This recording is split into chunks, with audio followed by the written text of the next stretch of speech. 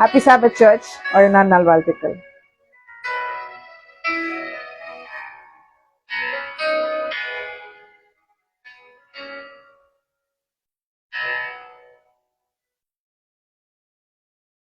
As the deer fattens for the waters, so my soul longed after thee. You alone, all my heart's desire, and I long to worship thee. You are all my strength, my shield. To you alone may my spirit yield. You are all my heart desire, and I long to worship thee.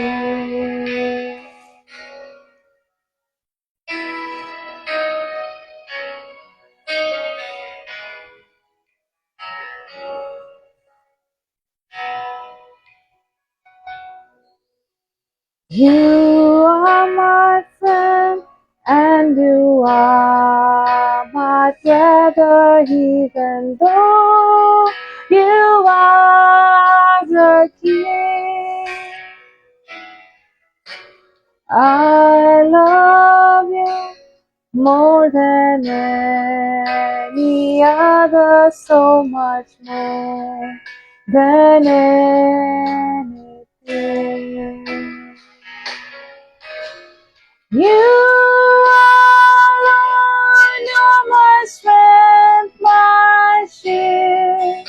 To you alone may my spirit yield. You alone all my heart desire, and I long to worship thee. You alone are my strength, my shield. You alone may my spirit yield. You alone are all my heart desire, and I long to worship thee. Oh, I long to worship you.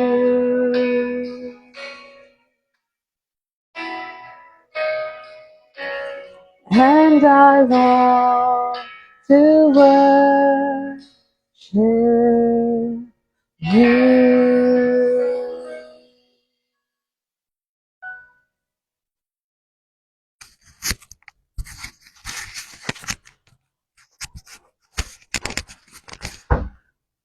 கிறிஸ்துக்குள் பிரியமான தேவனுடைய பிள்ளைகளே,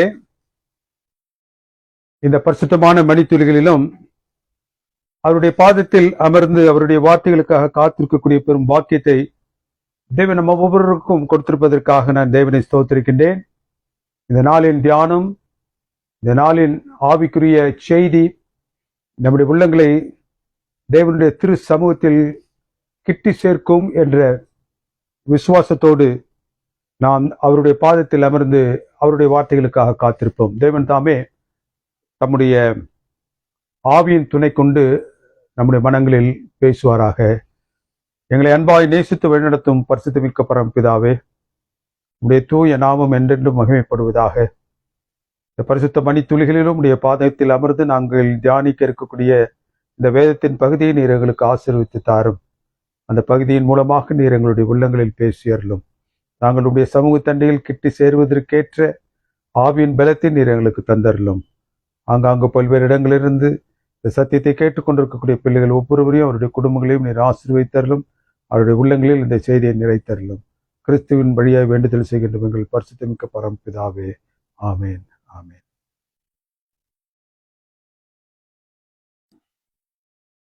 கர்த்தராகிய இயேசு கிறிஸ்து இந்த உலகத்தில் 3.5 ஆண்டு காலம் ஊழியம் செய்த நாட்களில் தன்னுடைய ஊழியத்தை ஒரு முக்கியமான நியமனத்தின் மூலமாகவும் துவங்கி அந்த நியமனத்தை ஒரு கட்டளையாக மாற்றி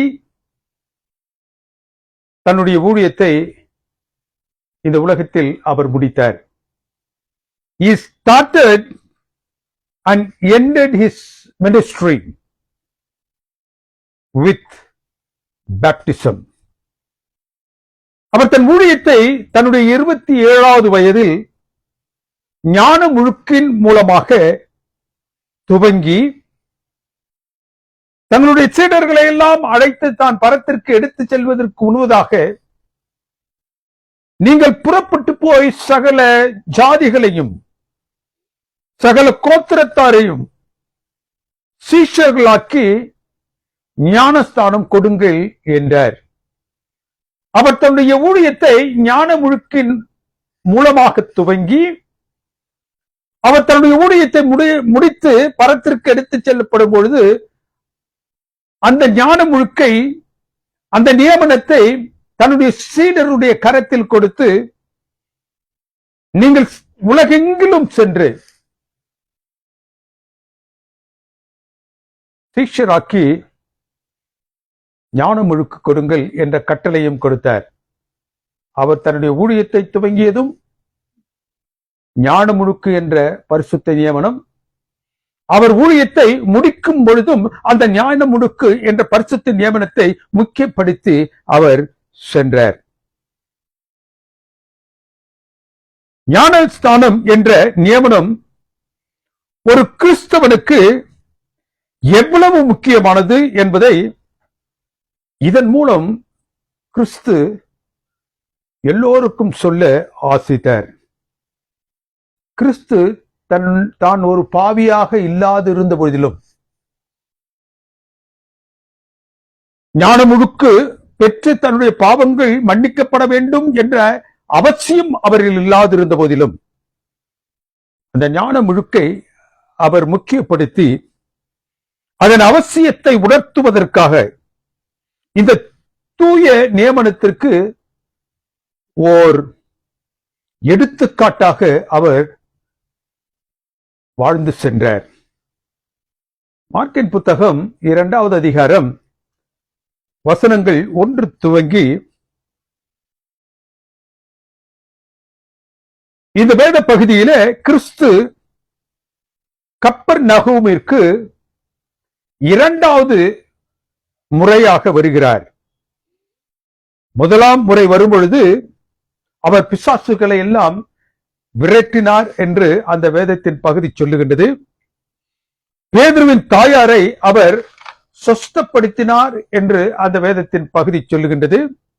அவர் 2ஆம் முறை வரும் பொழுது பேதுருவுடைய வீட்டிற்கு அவர் சென்றார். கிறிஸ்துவண்டை வருபவர்கள் திரும்பி செல்லும் பொழுது ஒரு மாற்றத்தை பெற்றவர்களாக செல்லுகின்றார்கள் என்பதை அவர் வழக்கமாக வைத்திருந்தார். அன்று அவர் வந்த பொழுது திரளான ஜனங்கள் வீட்டை சுற்றிலும் அந்த வீட்டிற்குள்ளாக நுழைவதற்கு சிறிது கூட இடம் இல்லாத நிலையில் அந்த கூட்டம் அவரை நெருக்கி ஏவிக் கொண்டிருந்த நிலையில் வீட்டிற்குள்ளும் திரளான ஜனங்கள் இருந்தபடியினால் மார்க்கின் புத்தகம் 2வது அதிகாரம் 29வது வசனம் என்று சொல்றது, தன்னால் வருவதற்கும் எப்படியாகிலும் கிறிஸ்துவண்டை தான் சேர வேண்டும் என்ற விருப்பத்தை தன்னால் நிறைவேற்றிக் கொள்ள முடியாத நிலையில் ஒரு மனிதன்,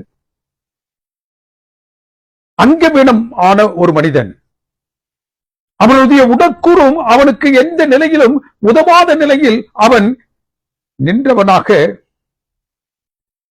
காணப்பட்டு கொண்டிருக்கும் பொழுது அவனுடைய திமிர்வாதம் அவன் தான் யாரெண்டை சென்று சேர வேண்டும் என்று ஆசித்தானோ அவரெண்டை சென்று சேர முடியாத நிலையில் அவன் இருந்த பொழுது 4 பேர் கிறிஸ்து பிரசங்கிக்கும் அந்த வேளையில் கூரையின் வழியாக அவனை இறக்கினார்கள் என்று இந்த வேதத்தின் பகுதி சொல்லுகின்றது.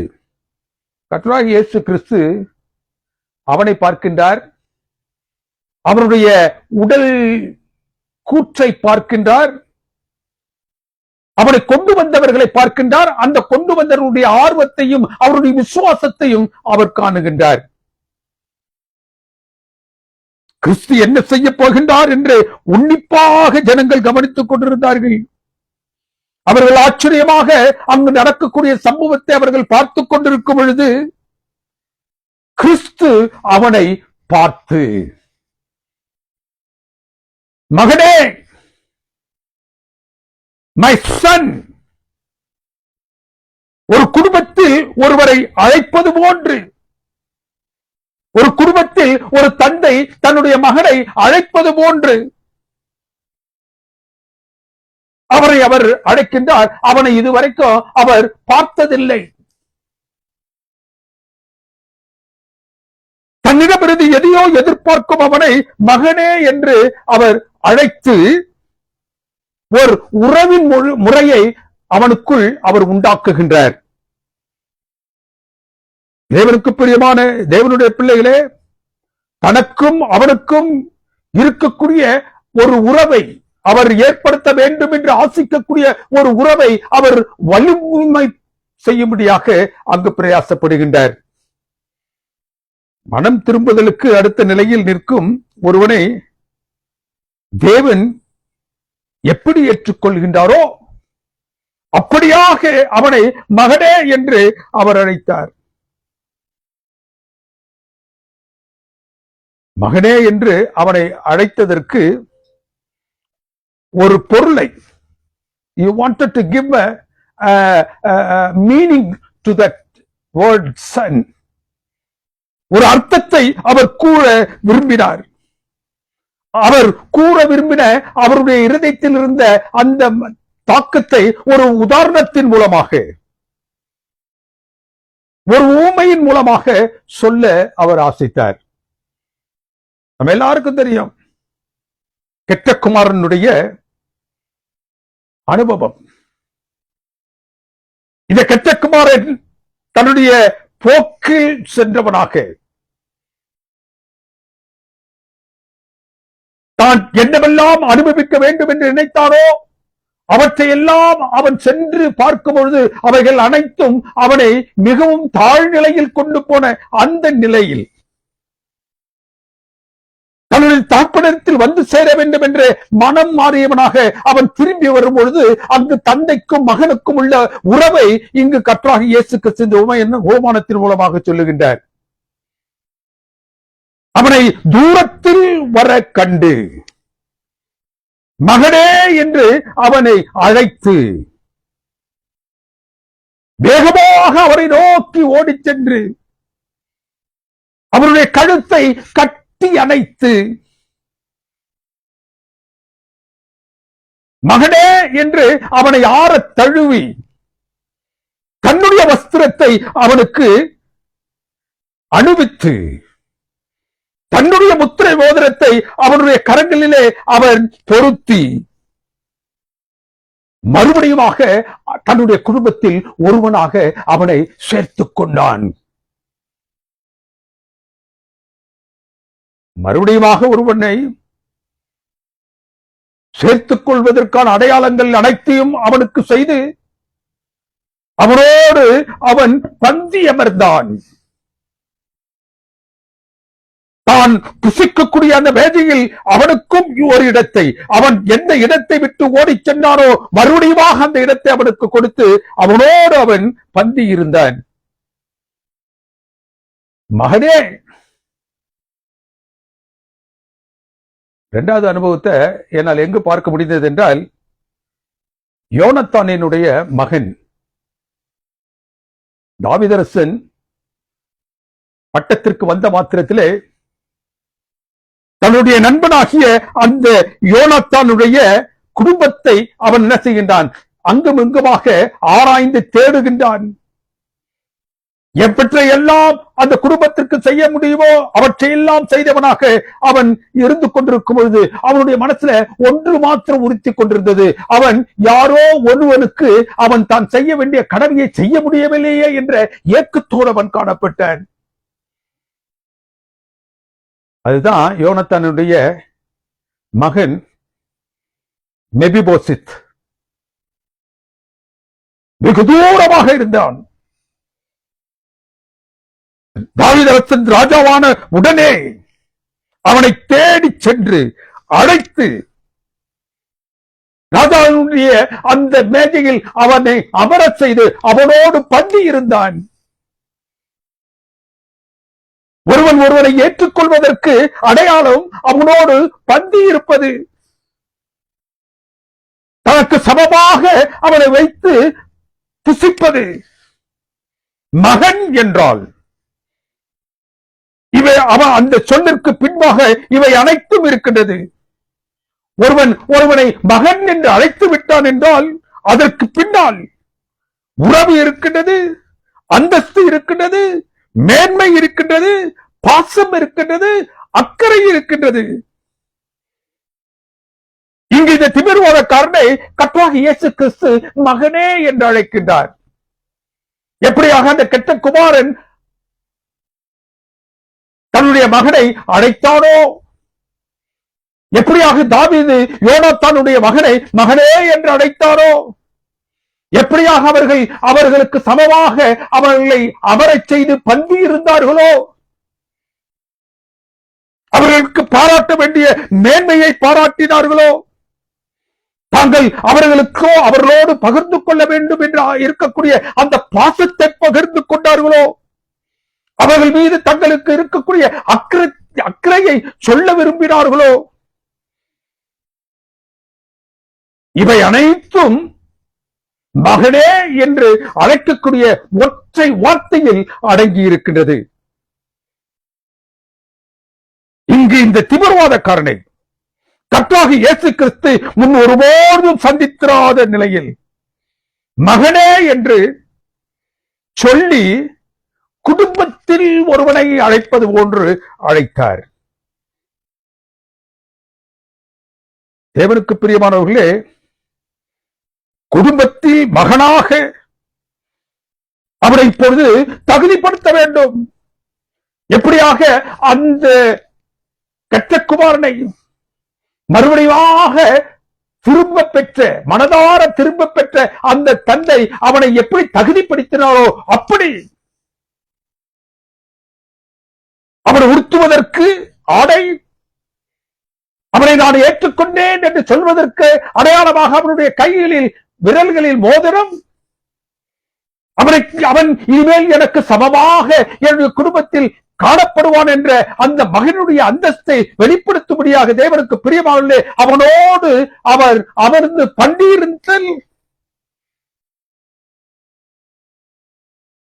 குடும்பத்தில் ஒருவனாக அவர்கள் அவனை எப்படி ஏற்றுக்கொண்டார்களோ அவ்வண்ணமாகவே இங்கு கர்த்தராகிய இயேசு கிறிஸ்து பெயரிடப்படாத ஒரு மனிதன், எங்கோ சுற்றி திரிந்து கொண்டிருந்த மனிதன், அங்கு வெளித்தால் அவருடைய சமூகத்தில் கிட்டி சேர முடியாத நிலையில் இருந்த ஒரு மனிதனை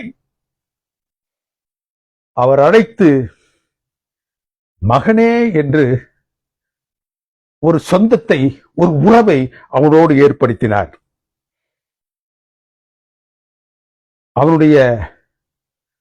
அவனில் தனக்கு இருக்கக்கூடிய அந்த உறவு,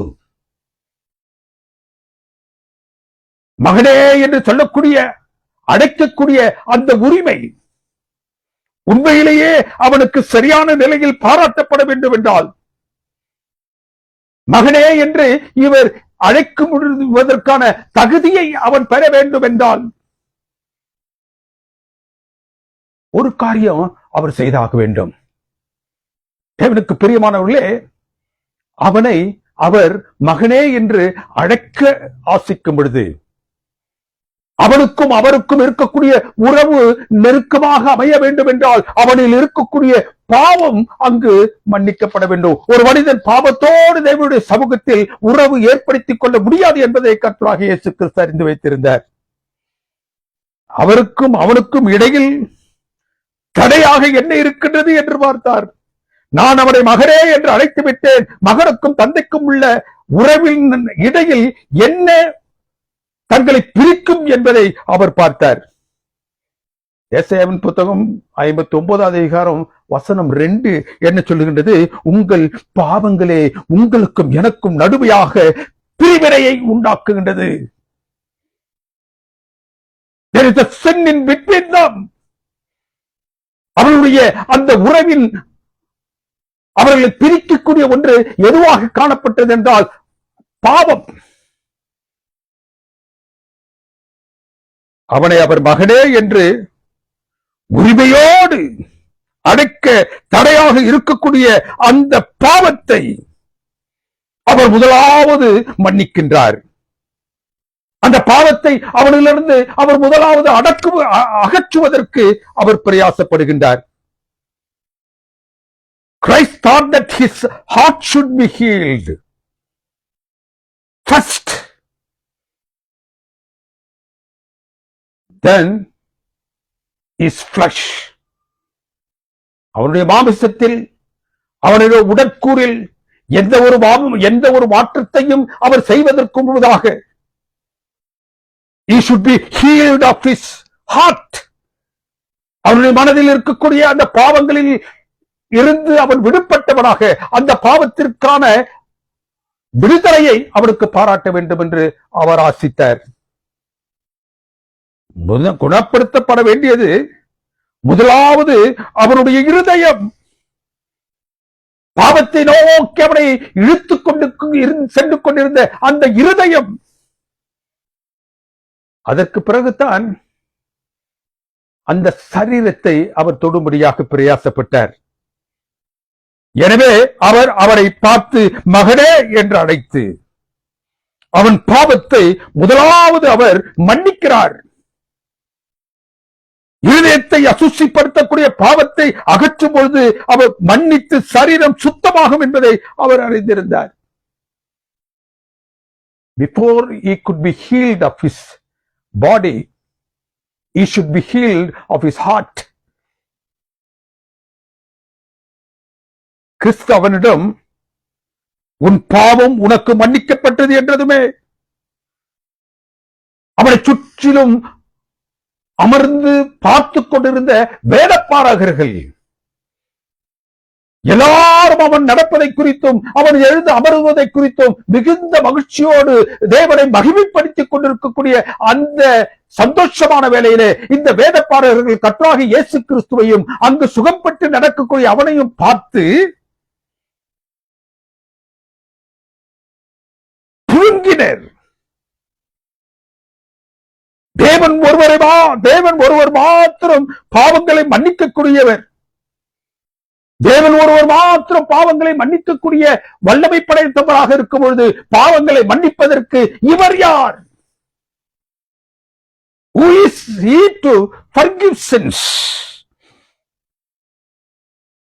அவங்க என்ன நினைக்கிறாங்கன்றத கர்த்தராகிய இயேசு கிறிஸ்து தன்னுடைய இதயத்தில் என்ன செஞ்சிட்டாரு? அறிந்து கொண்டார். And he wanted to clear them. அவர்களை நோக்கி அவர் பேச ஆரம்பித்தார். What is easier, to forgive or to heal?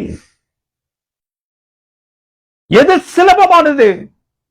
நீ எழுந்து நட என்று சொல்லுவதா அல்லது உன் பாவம் உனக்கு மன்னிக்கப்பட்டது என்று சொல்லுவதா? கர்த்தராகிய இயேசு கிறிஸ்துவுக்கு எழுந்து நட என்று சொல்வது ரொம்ப சுலபம். It is easier for him to say, walk, rise and walk.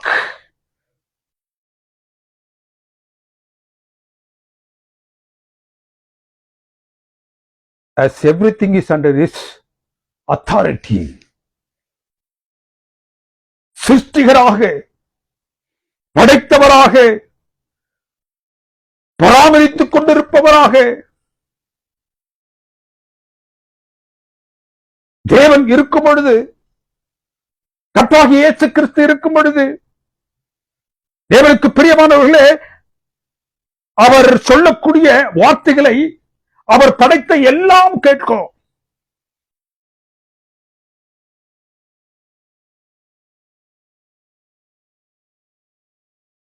தேவனுக்கு பிரியமானவர்களே, காரணம் அவர் சொன்ன வார்த்தையினால் அவைகள் உண்டாக்கப்பட்டது. ஏன் இந்த உலகம் முழுவதும் படைக்கப்பட்ட அனைத்தும் அவருடைய வார்த்தைக்கு கீழ்ப்படியும்? அவைகள் அவருடைய வார்த்தையினால் உண்டாக்கப்பட்டவைகள். அநேக நேரங்களில் பிசாசும் கூட அவருடைய வார்த்தைக்கு உடனே கீழ்ப்படிந்தான். யோபினுடைய அனுபவத்தை நாம் நன்றாக தியானித்து பார்த்தோம் என்றால், இங்கு அவருக்கும் நடக்கக்கூடிய அந்த சம்பாஷணையில் இங்கு தேவன் என்ன சொல்லுகிறார்? அவனுக்கு உண்டானவைகள் அனைத்தையும், யோபிற்கு உண்டானவைகள் அனைத்தையும் உன் கையில் இருக்கின்றது. ஆனால் உன் கையை என்ன செய்யாதே, அவன் மீது போடாதே.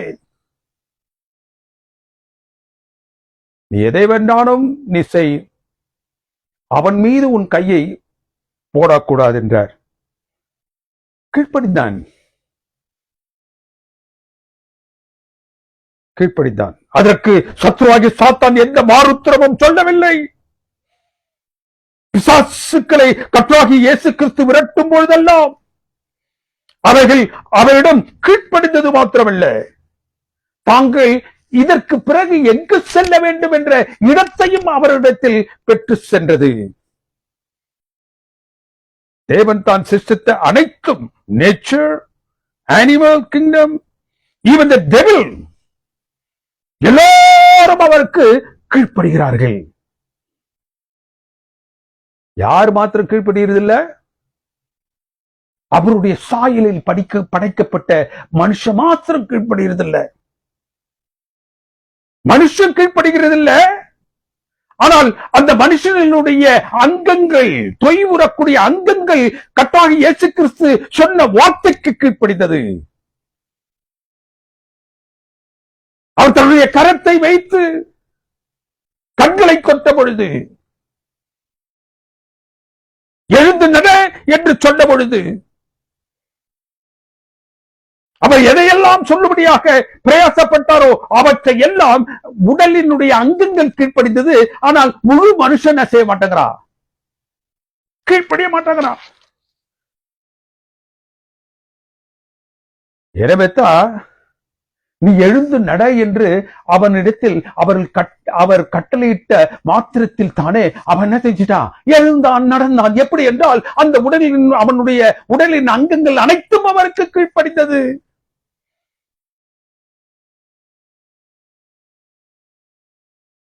எனவே தான் கிறிஸ்து அவனை எழுந்து நட என்று கூறுவது எனக்கு எளிது. Because healing does not cost him anything. Just a word is enough for him. ஒரு வார்த்தை அவர் சொன்னால் மாத்திரம் போதும். எந்த விதமான சொத்தம் ஒரு மனிதனில் ஏற்பட வேண்டும் என்று ஆசைக்கின்றானோ அவைகள் அனைத்தும் ஏற்படும்.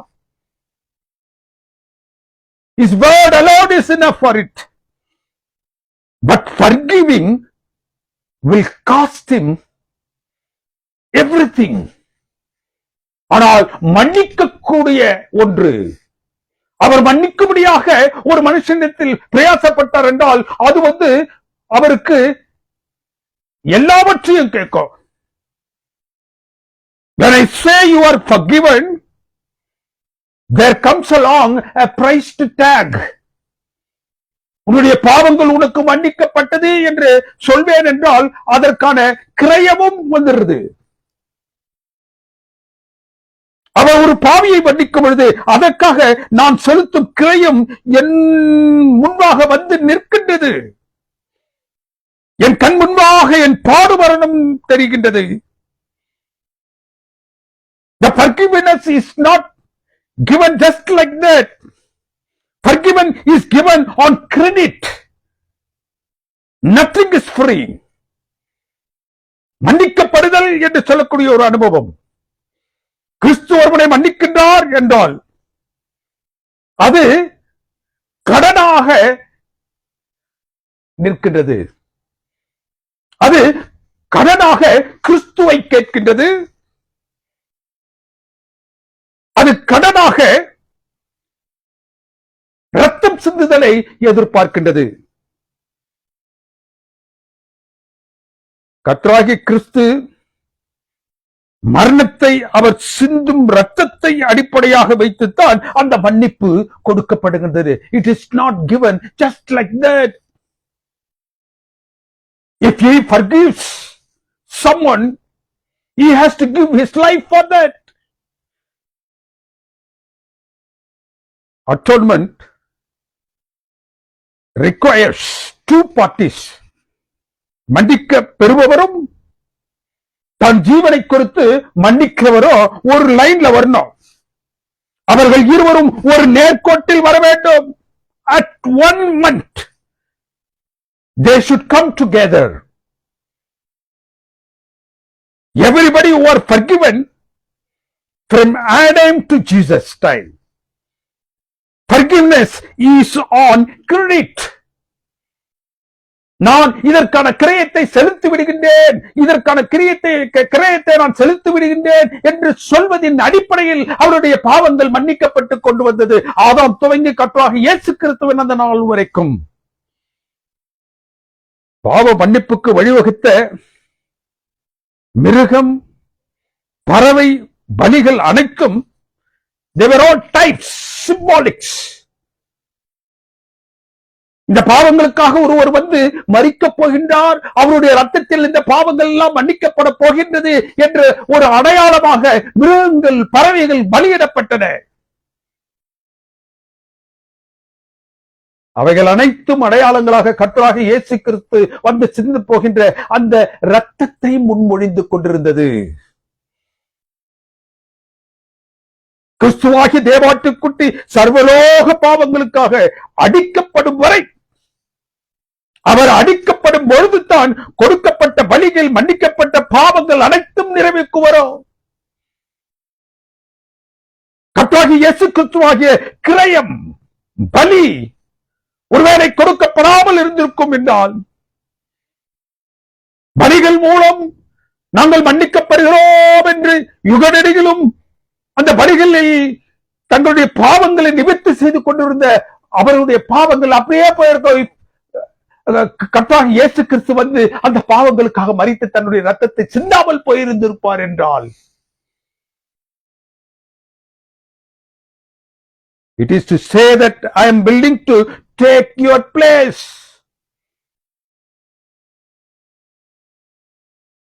கர்த்தராகிய இயேசு கிறிஸ்துவுடைய பாவங்களை மன்னிக்கின்றேன் என்று சொல்லுகின்றார் என்றால் அதனுடைய பொருள் என்ன? அந்த பாவத்திற்கான கிரயத்தை நான் கொடுக்க போகின்றேன், நான் கொடுத்து விடுகின்றேன். You be forgiven. I am willing to die in your place.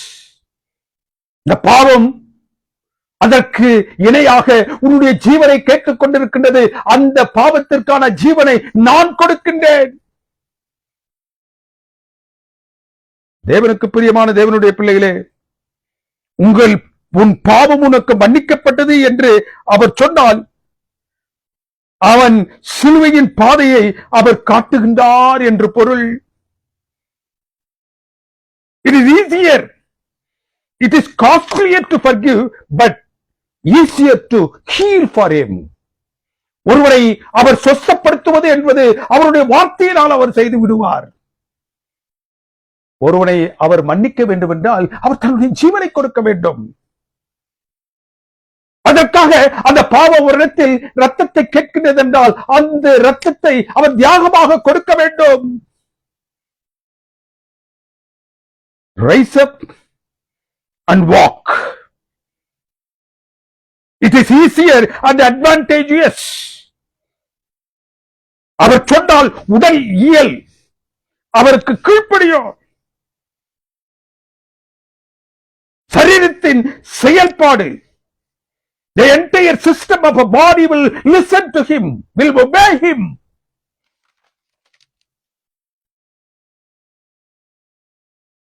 ஒருவேளை கர்த்தராகிய இயேசு கிறிஸ்து தன்னுடைய ஆரம்ப காலத்தில் இது போன்ற எழுந்து நட என்று சொல்லும் அந்த அற்புதங்களை செய்து கொண்டே இருந்திருப்பார் என்றால், அவரை உயர்த்தி பிடித்து இருக்கும் அநேகரை கவர்ந்து அது இழுத்திருக்கும்.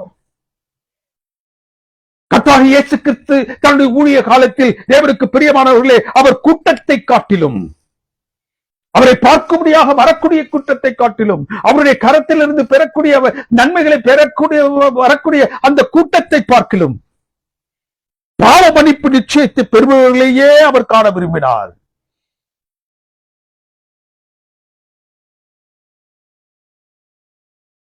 எனவேத்தான் எழுந்து நட என்பதை விடுத்து உன் பாவம் உனக்கு மன்னிக்கப்பட்டது என்றார்.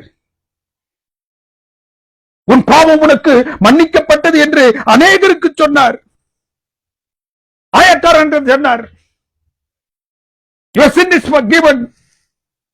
சகை விட்டு சொன்னார், இன்று உன் வீட்டுக்கு ரட்சிப்பு வந்தது. கல்லண்டத்தில் சொன்னார், thou shall be with me in paradise. நீ என்னோட பரதீசில் இருப்பாய் என்று அவரிடத்தில் சொன்னார். தன்னுடைய பாதங்களை பரிமளத்தினால் கழுவிய அநேக பாவங்களை செய்த அவளிடத்தில் உன்னுடைய பாவங்கள் மன்னிக்கப்பட்டது என்று அவர் சொன்னார். தேவனுக்கு பிரியமான தேவனுடைய பிள்ளைகளே, இவர்களிடமெல்லாம் சொல்லாத ஒன்றை ஒருவரிடத்தில் சொன்னார். நிக்கதேமு, அவன் ஒரு பரிசேயன், சங்கத்தினுடைய தலைவன். அந்த 70 பேரில் அவன் ஒருவன். கற்பனைகளையும் சடங்காச்சாரங்களையும் அவன் கரைத்து குடித்திருந்தான். அவனுடைய மேன்மை பரிசுத்தம் அவனை கிறிஸ்துவை காண பகலில் அல்ல, பகிரங்கமாக அவரை காணும்படியாக அவன் வர முடியவில்லை. இரவில் வந்து பார்த்தான். ஏனென்றால் அவனுடைய social status was that way. இரவில் பதுங்கியவனாக அவன் வந்தான். நான் கற்பனைகளை சிறு பிராயம் முதல் கை கொள்ளுகிறேன். கர்த்தராகிய இயேசு கிறிஸ்துவினிடத்தில் வந்து அவன் நான் ரட்சிக்கப்படுவதற்கு என்ன செய்ய வேண்டும் என்று சொன்ன மாத்திரத்தில் அவர் என்ன செய்யறார்? நீ கற்பனைகளை கைக்கோள். அது அவனுக்கு வித்தியாசமாக படவில்லை. ஏனென்றால் அந்த கற்பனைகளை அவன் சிறு வயது முதற்கொண்டு கை கொண்டு வருகின்றான்.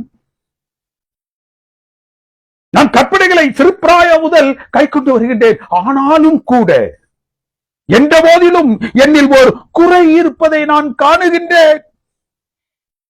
And so what should I do to inherit the kingdom of God?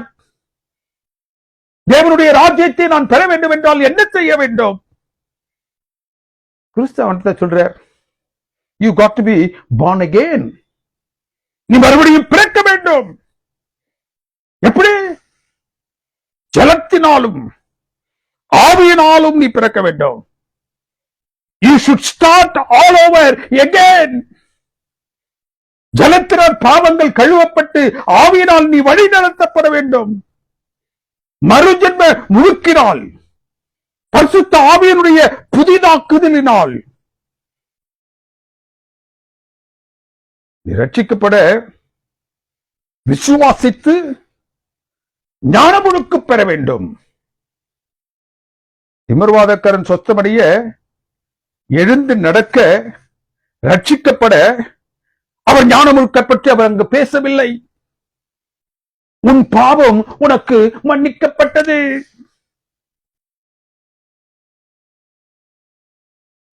அவனுக்கு பாராட்டிய அந்த மன்னிப்பை ஒரு வார்த்தையில், ஒற்றை வார்த்தை உறவில் அவர் அடக்கிறார்.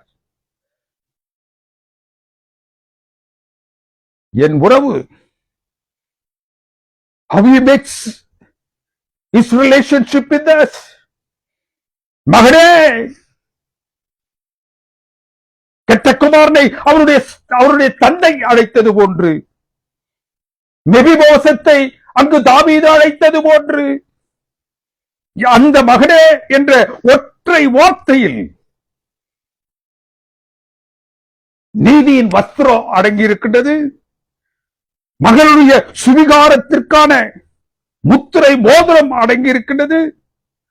பாதரட்சை அடங்கியிருக்கின்றது. பந்திமேச்சை அடங்கியிருக்கின்றது. அவர்களோடு அமர்ந்து புசிக்கக்கூடிய மேன்மை அடங்கியிருக்கின்றது. எப்படி? God imputes him his own righteousness. அவனை தகுதிப்படுத்துறதுக்கு அவர் என்ன செய்யறாரு? யார் அவரிடத்தில் வருகின்றானோ அவனை பார்க்கிறது இல்லை. யார் அவரிடத்தில் வருகின்றானோ அவனை தகுதிப்படுத்துவதற்கு அவனில் இருக்கக்கூடிய தகுதியை அவர் பார்ப்பதில்லை. He imputes his own righteousness unto him to qualify him. அவனை தகுதிப்படுத்துவதற்கு தன்னுடைய சொந்த நீதியை அவர் பாராட்டுகின்றார். தீத்துவின் கடிதத்துல ரொம்ப அருமையா பவுல் சொல்லுகின்றார். 3வது அதிகாரம் 5வது வசனத்துல, நம்முடைய நீதியின் கிரிகள் நிமித்தம் நம்மை அவர் ரட்சியாமல் தமது இரக்கத்தின்படி மறு ஜென்ம முழுக்கினாலும் பரிசுத்த ஆவியின் புதிதாக்குதினாலும் நம்மை அவர் ரட்சித்தார். நம்மை ரட்சிப்பதற்கு அவர் எதை தன்னுடைய கரங்களில் வைத்திருக்கிறார்? நம்முடைய நீதியின் கிரியைகளின் நிமித்தம் நம்மை அவர் ரட்சியாமல். நம்முடைய நீதியை பார்க்கறதில்லை, நம்முடைய கிரியைகளை அவர் பார்ப்பதில்லை. தமது இரக்கத்தின்படி மறுஜென்ம முழுக்கினாலும் பரிசுத்த ஆவியின் புதிதாக்குதலினாலும் நம்மை அவர் ரட்சிக்கிறார். தமது இரக்கத்தின்படி மறுஜென்ம முழுக்கினால் நம்மை ரட்சிக்கிறார். மகனே என்று அழைத்ததில் அவரது நீதி, அவரது இரக்கம் நம் மீது பாராட்டப்படுகின்றது.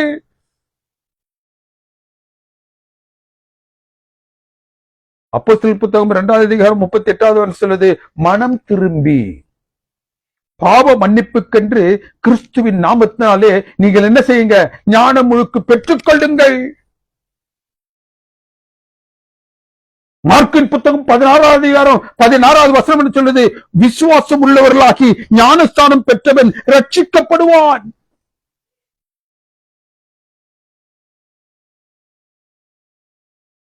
எல்லாருக்கும் எல்லாவற்றையும் சொன்னார். ஆனால் அந்த திமிருவாதக்காரரை பார்த்த மாத்திரத்திலே, மகனே, அந்த ஒற்றை வார்த்தையின் மூலமாக, அந்த ஒற்றை வார்த்தையில அமைந்திருக்கக்கூடிய அந்த உறவின் மூலமாக அவர் அவனை தகுதிப்படுத்தினார். இங்கு எல்லாருக்கும் சொல்லப்பட்ட அந்த இறையல் தாக்கத்தை அவனிடத்தில் அவர் புகுத்தாமல், மகனே என்று ஒரு உன்னதமான உறவை அவனில் அவர் புதுப்பித்துக் கொண்டவராக, அவனை தகுதிப்படுத்துவதற்காக அவருடைய பாவங்களை அவர் மன்னித்தார். இவைகளை எல்லாம் பாவங்களை மன்னிப்பதற்காக நியமனங்களாக தேவன் வைத்திருந்தாரோ, அந்த நியமங்களை எல்லாம் அவர் அவைகளுக்கெல்லாம் சற்று மேலே சென்று மகனே என்று அழைப்பதின் மூலம் தேவனுக்கு பிரியமானவர்களே அவர்களை மன்னித்து தகுதிப்படுத்தினார். இன்றும் தேவனுக்கு பிரியமான தேவனுடைய பிள்ளைகளே, தேவன் உங்களையும் என்னையும் மகனே மகளே என்று அழைக்கின்றார். மகனே மகளே என்ற ஒற்றை வார்த்தை, அந்த ஒற்றை வார்த்தையில் நம்மை அவர் முழுமையாக தகுதிப்படுத்துகின்றார். The baptism is like a wedding ring, symbol of our commitment and devotion. எவ்வாறு திருமணத்துக்கு மோதிரம் ஒரு அர்ப்பணிப்பு, பக்தி, விசுவாசத்தை காட்டுகின்றதோ, அப்படியே ஞானம் முழுக்கும் கிறிஸ்துவின் மீதான பக்தி, விசுவாசம், அர்ப்பணிப்பை முதலியவற்றை அது காட்டுகின்றது. எவ்வாறு திருமண மோதிரம் நாம் ஒருவருக்கு சொந்தமானவர் என்று காட்டுகின்றதோ அப்படியே ஞானமுழுக்கும் கிறிஸ்துவுக்கு சொந்தமானவர்கள் நாம் என்பதை வெளியில் காட்டுகின்றது. It's an act of obedience. கிறிஸ்துவுக்குள் நாம் கீழ்ப்படிதல் உள்ளவர்களாக காணப்படுகின்றோம் என்பதை காட்டுவது. It's a public declaration. நாம் கிறிஸ்துவுக்கு சொந்தமானவர்கள் என்று அது காட்டக்கூடியது. தேவனுக்கு பிரியமான தேவனுடைய பிள்ளைகளே, இங்கு கர்த்தராகிய இயேசு கிறிஸ்து எதையெல்லாம் எப்படியெல்லாம் எந்த நிலையிலெல்லாம் வைத்திருந்தாரோ அவற்றையெல்லாம் அவர் சற்று அப்படி வச்சுட்டு இந்த திமிர்வாதக்காரன் நினைச்சாரு, மகனே என்று சொல்லக்கூடிய ஒற்றை வார்த்தையில், அந்த வார்த்தையில் இருக்கக்கூடிய அந்த உறவு முறையில், தேவனுக்கு பிரியமானவர்களே, அவர் அவனை மன்னித்து தன்னுடைய உறவுக்கு அவர் பாத்திரவான் என்று சொல்லக்கூடிய நிலையில அவரை என்ன செய்தாரு? தகுதிப்படுத்தினார். Son, your sins are forgiven. That highlights Jesus' authority to forgive sins. எப்படி அவனை சொஸ்தப்படுத்தினதின் மூலம் அவனுடைய பாவங்கள் மன்னிக்கப்பட்டது என்று மற்றவர்களுக்கு சொன்னார். He declared the sins of that paralytic is forgiven. தேவனுக்கு பிரியமான தேவனுடைய பிள்ளைகளே, மார்க்கின் புத்தகம் 2வது அதிகாரம் 10வது வசனம் என்ன சொல்றது? அவன் உடனே அவருக்கு கீழ்ப்படிந்து எழுந்து நடந்தான். அவரது வார்த்தையில் இருக்கக்கூடிய வல்லமையை காட்டும்படியாக அவர் எழுப்பினார். ரட்சிப்பு இலவசமானது, தேவனுக்கு பிரியமானவர்களே. ஆனால் அதை பாராட்டக்கூடிய கர்த்தராகிய இயேசு கிறிஸ்து அதற்காக செலுத்த வேண்டிய கிரயம் பெரியது. The blood of Jesus is not measured in monetary terms. கர்த்தராகிய இயேசு கிறிஸ்து நமக்காக சிந்திய அந்த இரத்தம் பணத்தின் அந்த மதிப்பை வைத்து யாராலும் உத்தரவு சொல்ல முடியாது. It is considered infinite and inestimable. அது எல்லையற்றது, மதிப்பிட முடியாதது. உங்களையும் என்னையும் மகனே மகளே என்று அழைக்கும்படியாக அவர் நம்மிடத்தில் வந்து அவர் தன்னுடைய உறவை ஏற்படுத்திக் கொள்ளும்படியாக நிற்கும் பொழுது அந்த உறவை ஏற்படுத்திக் கொள்வதற்காக அவர் அளித்த அந்த கிரயம் பெரியது. It cannot be measured. It is inestimable. It is infinite. எல்லையற்றது, மதிப்பிட முடியாதது. தேவனுக்கு பிரியமான தேவனுடைய பிள்ளைகளே, ரத்தம் சிந்துபடி கிறிஸ்து தன்னை ஒப்புக் கொடுத்து அவருடைய கீழ்ப்படிதல் நிமித்தமாக தான் பாராட்டிய அன்பு பெருசு. அந்த கீழ்ப்படிதலுடைய உச்சம் எங்க காணப்படுகின்றது? அவர் நம்மை மன்னிக்கும்படியாக நம்மை ஒரு உறவுக்குள்ளாக அழைக்கும் பொழுது, தேவனுக்கு பிரியமான தேவனுடைய பிள்ளைகளே, தேவனுடைய கிருபை மற்றும் மன்னிக்கும் மனசு பெரியது. நீ எழுந்து நட என்பதில் அவரது பலத்தின் அதிகாரத்தை மாத்திரம் அவர் காட்ட முடியும். ஆனால் உன்னுடைய பாவம் மன்னிக்கப்பட்டது என்று அவர் சொல்லும் பொழுது அதுல தேவனுடைய ரட்சிப்பு திட்டம் இருக்கும், தேவனுடைய விமோசன திட்டத்தை நாம் காணலாம். தேவனுக்கு பிரியமான தேவனுடைய பிள்ளைகளே, இன்றைய நாளிலும் கர்த்தராகிய இயேசு கிறிஸ்து உங்களையும் என்னையும் அந்த உறவிற்குள்ளாக அழைக்க ஆசிக்கின்றார். எந்த உறவு? மகனே மகளே என்று அழைக்கக்கூடிய ஒரு உறவு. அந்த உறவை அவர் நம் மீது பாராட்டுவதற்கு கிரயம் என்ன தெரியுமா? விலை என்ன தெரியுமா? அவருடைய ஜீவன். இந்த உலகத்துல அற்புத அடையாளங்களை செய்வதற்கு, ஒரு மனிதனை எழுந்து நட என்று சொல்வதற்கு அவருடைய வார்த்தை இருந்தால் மாத்திரம் போதும். ஆனால் உங்களையும் என்னையும் அழைப்பதற்கு, மகனே மகளே என்று அழைப்பதற்கு அவருடைய ஜீவனை அவர் பாராட்ட வேண்டும். அவருடைய ஜீவனை அவர் பாராட்டி இன்றைக்கு உங்களையும் என்னையும் மகனே மகளே என்று அழைக்கின்றார். அவருடைய சமூகத்தில் இன்றைய நாளில் நாம் சென்று சேர்வோமா? தேவன் உங்களை ஆசீர்வதித்து வழிநடத்துவாராக. எங்களை அன்பாக நேசித்து வழிநடத்தும் பரிசுத்த மிக்க பரமபிதாவே, உங்களுடைய தூய நாமம் மகிமைப்படுவதாக. இந்த நாளில் உடைய மெல்லிய சப்தம் எங்களுடைய உள்ளங்களில் ஒலித்தமைக்காக நமக்கு நன்றி செலுத்துகிறோம் சுவாமி. எங்களுடைய வாழ்க்கையில் தேவரீரை நாங்கள் அற்பர்களும் தூசிகளும் ஒன்று பொதுவாத குப்பைகளுமாக இருந்த போதிலும், பாவத்தினாலும் பாவத்தினுடைய பகிரங்கமான காரியங்களினாலும் பீடிக்கப்பட்டவர்களாக நாங்கள் இருந்த போதிலும், எங்களை நீர் உம்முடைய பரிசுத்த பாதம் அண்டி வருவதற்கு மகனே மகளே என்று அழைக்கின்றீரே, அதற்காக உமக்கு நன்றி செலுத்துகின்றோம். எங்களை நீர் மகனே மகளே என்று அழைப்பதற்கு உம்முடைய ஜீவனை நீர் கிரயமாக தருகின்றீரே, அதற்காக உமக்கு நன்றியின் ஸ்தோத்திரங்களை வேறெடுக்கின்றோம். நீர் சீக்கிரமாக வர இருக்கின்றீர் சுவாமி. உம்முடைய பாதத்தில் தேவரீர் நாங்கள் உம்முடைய பிள்ளைகளாக, மகன்களாக அந்த பரத்திலே சேர்க்கப்படுவதற்கு ஏதுவாக எங்களை நாங்கள் தகுதிப்படுத்தி கொண்டு, எங்கள் மூலமாக தேவரீர் நீர் எங்களுடைய கரத்தில் வைத்திருக்கக்கூடிய இந்த சத்தியத்தின் மூலமாக அநேகரை நாங்கள் உம்முடைய ராஜ்யத்திற்கு தகுதிப்படுத்தி, நீர் வரும் அந்த நாளிலே இவருக்காக காத்திருந்து இவருடைய ரட்சிப்பை களிக்குறும் என்று சொல்லக்கூடிய கூட்டத்தாருடைய நாங்கள் அனைவரும் காணப்படக்கூடிய பெரும் பாக்கியத்தை நீர் எங்களுக்கு தந்ததுவே. கிறிஸ்துவின் நாமத்தினால் ஜெபிக்கின்றேன் எங்கள் அன்பின் பரிசுத்தமிக்க பரமபிதாவே.